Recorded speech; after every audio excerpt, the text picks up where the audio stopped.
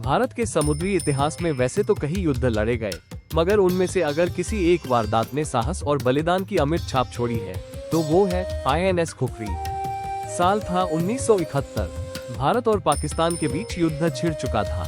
9 दिसंबर की रात अरब सागर में द्वीप के तट के पास भारतीय नौसेना का एंटी सबमरीन युद्धपोत INS खुखरी समुद्र की लहरों पर गश्त कर रहा था। लेकिन अचानक समुद्र की गहराई में छिपी पाकिस्तानी सबमरीन PNS हागोर ने एक टॉर्पीडो दागा। कुछ ही क्षणों में खुखरी पर वो हमला हुआ और पूरा जहाज बुरी तरह हिल गया। 176 नाविकों और 18 अधिकारियों ने अपनी जान की बाजी लगा दी। जहाज के commanding officer captain Mahendra Nath मुल्ला ने अपने साथियों को बचाने का आदेश दिया, पर स्वयं जहाज के साथ डूबना चुना। उनका वो निर्णय आज भी भारतीय नौसेना की शौर्य गाथा में अमर है। वो केवल एक कप्तान नहीं, बल्कि एक प्रतीक थे कर्तव्य, नेतृत्व और सर्वोच्च बलिदान का।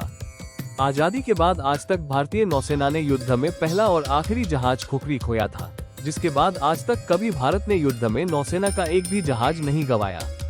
गुजरात के केंद्र शासित प्रदेश दीव में आया है एक ऐसा स्मारक जो आज भी हमारे सैन्य की इस बहादुरी के किस्से दुनिया को सुना रहा है। यह वही स्थान है जहां हर भारतीय गर्व से सिर उठाता है और कहता है, हमारे वीर कभी नहीं मरते।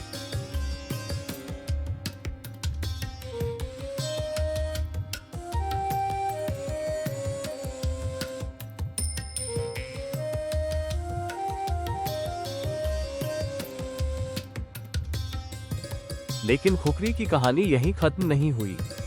समय बीता और 23 अगस्त 1989 को मुंबई के मझगांव डॉक में भारत ने स्वदेशी तकनीक से एक नया युद्धपोत बनाया और उसका नाम फिर रखा गया INS खुखरी P49।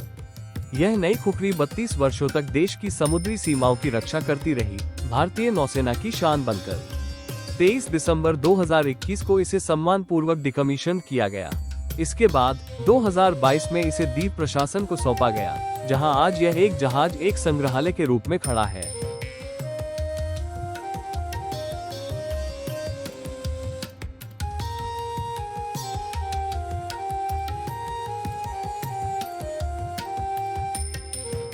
लोग इस जहाज के भीतर प्रवेश कर नौसैनिक जीवन को करीब से महसूस कर सकते हैं, कैसे हमारे सिपाही महीनों तक समुद्र की लहरों के बीच रहते हैं, देश की सीमाओं की रक्षा करते हैं और कभी शिकायत नहीं करते।